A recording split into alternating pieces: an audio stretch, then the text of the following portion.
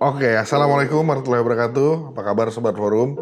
Kembali lagi ketemu bersama kami dalam program Forum Opini, sebuah program editorial yang akan mengantarkan satu isu yang menjadi pilihan kami dalam pekan ini, tentu saja dari ruang redaksi Forum Keadilan TV. Bagaimana dengan pekan ini? Pekan ini kami memilih isu terkait boleh atau tidaknya Presiden melakukan kampanye pada pemilu 2024 ini. Presiden Joko Widodo menyebut bahwa Presiden boleh melakukan kampanye dalam pemilu. Hal tersebut diungkapkan oleh Jokowi saat memberikan keterangan pers di Terminal Selatan Lanut Halim Perdana Kusuma, Jakarta Timur pada Rabu 24 Januari 2024. Menurutnya, seorang presiden juga boleh memihak kepada calon tertentu dalam kontestasi pesta demokrasi. Hal tersebut disampaikan oleh Jokowi saat dirinya ditanya soal menteri-menteri yang mempunyai latar belakang non-politik yang terlihat aktif berkampanye saat ini. Ia mengatakan aktivitas yang dilakukan oleh para menteri dari bidang non-politik tersebut adalah hak demokrasi. Jokowi berpandangan presiden dan menteri adalah pejabat publik sekaligus pejabat politik yang boleh berpolitik. Ketika ditanya bagaimana cara memastikan agar presiden sendiri tak terlibat dalam konflik kepentingan atau konflik of interest ketika berkampanye dalam pemilu, Jokowi menekankan untuk tidak memakai fasilitas negara. Ia kemudian kembali bertanya kepada awak media ketika diberikan pertanyaan apakah ia memihak atau tidak dalam pemilu saat ini. Pernyataan Jokowi tersebut menimbulkan pro kontra dari berbagai pihak.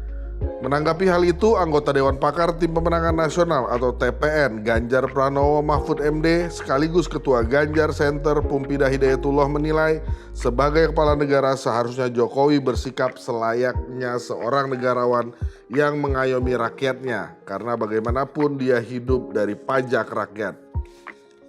Pumpida kepada Forum Keadilan pada Rabu 24 Januari mengatakan bahwa keberpihakan seorang presiden terhadap salah satu paslon berpotensi adanya abuse of power atau penyalahgunaan kekuasaan. Oleh sebab itu, dia mendorong agar Jokowi mengundurkan diri atau cuti sebagai presiden jika ingin berpihak dan berkampanye. Dia lantas menyinggung bahwa pemimpin yang lupa kalau dirinya berasal dari rakyat akan jatuh atas kekuasaan rakyat juga. Kemudian, dia juga menegaskan bahwa pihaknya akan mengawal secara ketat agar fasilitas negara tidak digunakan untuk kepentingan politik Jokowi. Saat disinggung soal netralitas yang selama ini digaungkan oleh Jokowi, Pumpida mengatakan pernyataan Jokowi kerap kali bertolak belakang dengan apa yang dikatakan sebelumnya. Sementara itu, anggota Dewan Pakar Tim Nasional Anies Baswedan dan Muhaimin Iskandar, Timnas Amin, Marsda TNI Purnawirawan Supomo pada Rabu 24 Januari mengatakan bahwa keberpihakan Jokowi terhadap salah satu paslon bukanlah isu baru.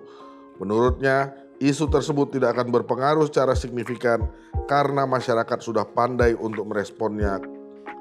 Kendati begitu, dia tetap berharap bahwa Jokowi akan terus bersikap netral sebagaimana yang disampaikan selama ini, sehingga pemilu kali ini berjalan secara jujur dan adil. Di sisi lain, Partai Solidaritas Indonesia atau PSI mengklaim setuju dengan pernyataan Jokowi yang menyebut bahwa presiden boleh berkampanye dan memihak. Sekretaris Jenderal DPP PSI, Raja Juli Antoni pada Rabu 24 Januari menilai bahwa presiden dan menteri memiliki hak politik yang sama sebagai warga negara. Kemudian Raja Juli mencontohkan dan mengatakan di Amerika Serikat, Presiden Barack Obama berkampanye untuk memenangkan Hillary Clinton saat melawan Donald Trump.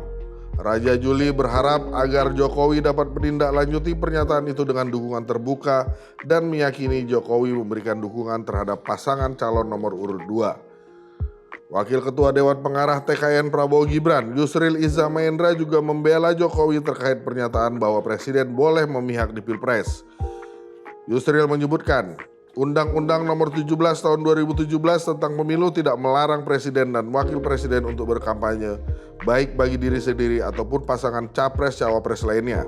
Ia menegaskan, Undang-Undang Pemilu tidak menyatakan presiden harus netral atau tak boleh berkampanye dan memihak. Yusril menilai, hal tersebut adalah konsekuensi dari sistem presidensial yang dianut, di mana kepala negara dan pemerintah dipegang oleh presiden. Hal tersebut, kata Yusril, memerlukan amandemen Undang-Undang Dasar 1945 dan Undang-Undang Pemilu. Ia juga menyoroti soal anggaran yang menyebut bahwa presiden tidak etis jika berkampanye dan memihak di Pilpres. Ia menilai seumpama etis dimaknai sebagai norma dasar yang menuntun perilaku manusia, hal tersebut adalah persoalan filsafat yang seharusnya dibahas saat merumuskan undang-undang pemilu. Apabila etis dimaknai sebagai code of conduct dalam suatu profesi atau jabatan, maka norma tersebut adalah harus dirumuskan atas perintah peraturan perundang-undangan. Di tengah pro kontra dari pernyataan Jokowi tersebut, Menteri Keuangan Sri Mulyani mengingatkan jajarannya untuk menjaga netralitas dalam pemilu di rapat kerja pimpinan serta Direktorat Bea dan Cukai. Selain itu, masing-masing tim pemenangan pasangan Capres-Cawapres 2024 pun juga ikut bersuara terkait pernyataan Jokowi tersebut. Capres nomor urut 1 Anies Baswedan di kantor Gubernur DIY pada Rabu 24 Januari mengatakan bahwa dirinya menyerahkan penilaian ke masyarakat terkait pernyataan Jokowi tersebut. Meski begitu, ia menyinggung bahwa sebelumnya ia mendengar Jokowi akan bersikap netral.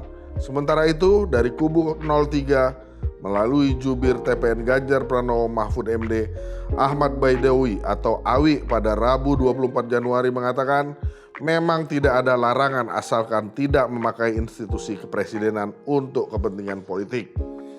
Awi mengingatkan agar Jokowi tidak menggunakan instrumen kepresidenan jika ingin berkampanye. Pihak istana pun angkat suara terkait pernyataan Jokowi tersebut. Koordinator Staf Khusus Presiden Ari Dwi Payana pada Kamis 25 Januari menyebut bahwa pernyataan Jokowi banyak disalahartikan. Kata Ari, apa yang disampaikan oleh Presiden tersebut dalam konteks menjawab pertanyaan media tentang menteri yang ikut tim sukses. Menurut Ari, Jokowi menjelaskan isi dari pasal 281 di Undang-Undang Nomor 7 Tahun 2017 yang mana Presiden, Wakil Presiden, Menteri, Kepala Daerah, dan Wakil Kepala Daerah boleh ikut berkampanye asal mematuhi persyaratan. Adapun syarat yang dimaksud ialah pertama, tidak menggunakan fasilitas dalam jabatannya kecuali fasilitas pengamanan bagi pejabat negara sesuai aturan yang berlaku. Kedua, menjalani cuti di luar tanggungan negara. Sehingga dengan aturan tersebut, Ari menegaskan bahwa Undang-Undang Pemilu menjamin hak Jokowi sebagai presiden untuk memiliki preferensi politik terhadap partai atau paslon tertentu, tetapi tetap harus mematuhi ketentuan Undang-Undang Pemilu. Ari memberi contoh, sikap presiden ikut serta dalam pemilu juga pernah dilakukan Presiden kelima Megawati Soekarno Putri dan Presiden ke-6 Susilo Bambang Yudhoyono. Mereka memiliki preferensi politik dengan partai yang didukung dan ikut berkampanye untuk memenangkan partainya. Kata Ari, Presiden pun menegaskan kembali bahwa setiap pejabat publik atau pejabat politik harus mengikuti atau patuh pada aturan main dalam berdemokrasi. Selain pihak istana, pihak Komisi Pemilihan Umum atau KPU juga ikut angkat suara terkait pernyataan Jokowi tersebut. Ketua KPU Hasyim Asyari usai melantik anggota KPPS secara serentak di Merlin Park Hotel, Jakarta Pusat pada Kamis 25 Januari mengatakan bahwa Jokowi hanya menyampaikan isi Undang-Undang Pemilu. Hasyim mengatakan bahwa apa yang disampaikan Jokowi memang sudah tercantum dalam peraturan pemilu. Hasyim menyebut jika Presiden ingin terlibat langsung dalam kampanye, ia harus mengajukan cuti. Hasyim juga menegaskan, untuk agenda di Halim Perdana Kusuma Rabu 24 Januari bukan termasuk agenda kampanye. Selain Ketua KPU, pihak KPU lainnya yakni Komisioner KPU Hidam Kholik pada Rabu 24 Januari sebelumnya juga menyatakan tidak masalah dengan pernyataan Jokowi yang menyebut Presiden, Wakil Presiden, hingga Menteri boleh berpihak dan ikut berkampanye di Pilpres 2024. Hidam Kholik mengatakan hal tersebut tidaklah bertentangan dengan Undang-Undang Nomor 7 Tahun 2017 tentang pemilihan umum atau pemilu. Kata Hidam, Undang-Undang Pemilu khususnya Pasal 281 Ayat 1 memperbolehkan Presiden, Wakil Presiden, Menteri, Gubernur, Wakil Gubernur, Bupati, Wakil Bupati, Wali Kota, dan Wakil Wali Kota ikut dalam kegiatan kampanye. Tetapi Hidam mengatakan norma tersebut yang mengatur dengan persyaratan kondisional dan pejabat negara tidak boleh menggunakan fasilitas dalam jabatannya untuk berkampanye, kecuali fasilitas pengamanan bagi pejabat negara sebagaimana diatur dalam peraturan perundang-undangan dan menjalani cuti. Idam pun tak ingin berkomentar lebih lanjut soal ada potensi konflik kepentingan jika presiden ikut berkampanye dan berpihak. Ia mengatakan hal itu bukan yang harus dikomentari oleh KPU. Lalu sebenarnya bagaimana aturannya?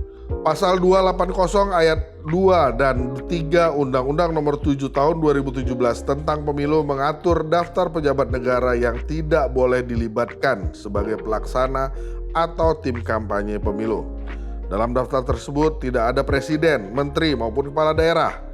Pejabat-pejabat negara yang dilarang terlibat sebagai pelaksana atau anggota tim kampanye itu meliputi A.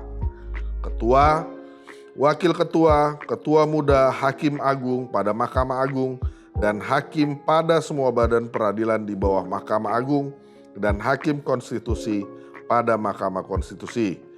B. Ketua, wakil ketua, dan anggota Badan Pemeriksa Keuangan. C. Gubernur, deputi gubernur senior, dan deputi gubernur Bank Indonesia. D. Direksi, komisaris, Dewan Pengawas, dan karyawan BUMD atau BUMN. E. Pejabat negara bukan anggota partai politik yang menjabat sebagai pimpinan di lembaga non-struktural. F. Aparatur sipil negara atau ASN.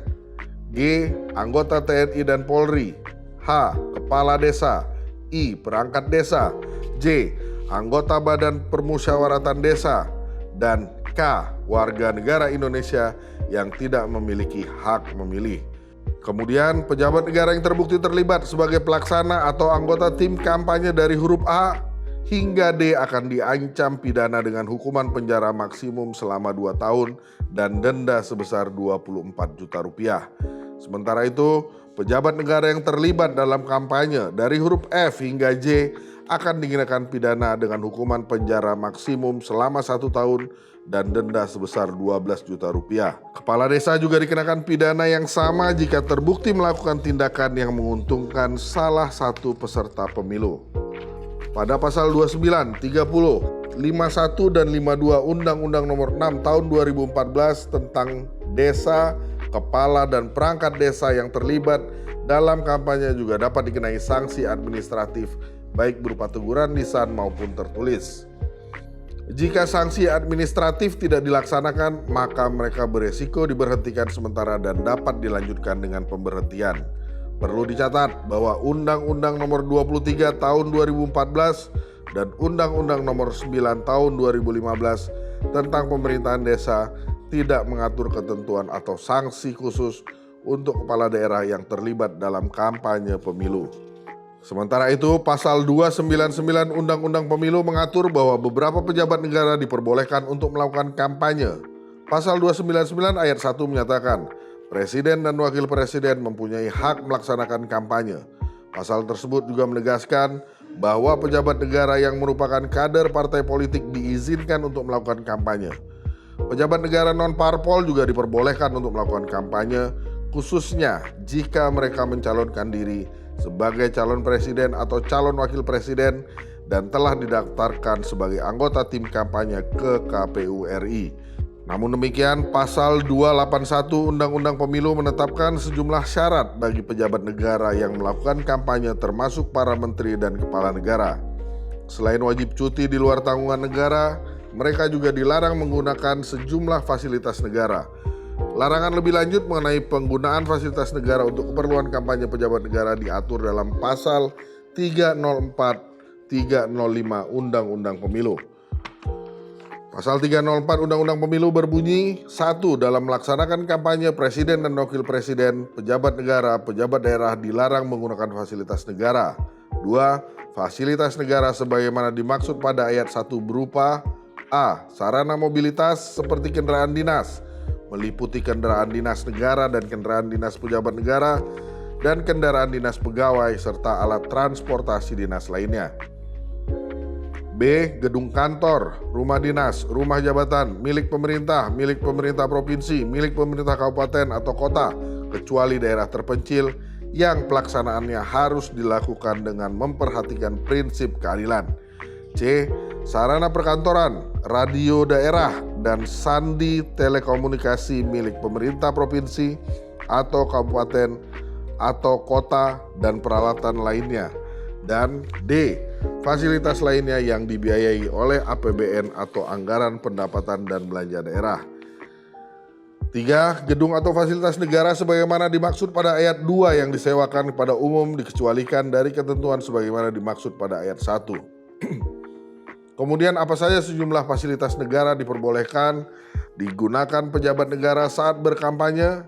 Ini diatur dalam pasal 305, yakni 1. Penggunaan fasilitas negara yang melekat pada jabatan presiden dan wakil presiden menyangkut pengamanan, kesehatan, dan protokoler dilakukan sesuai dengan kondisi lapangan secara profesional dan proporsional.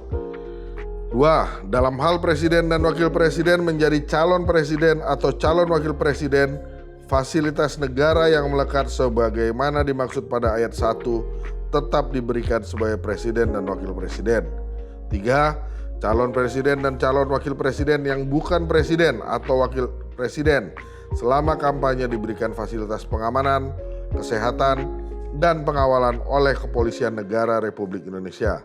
4. Pengamanan dan pengawalan sebagaimana dimaksud pada ayat 3 dibiayai dari APBN.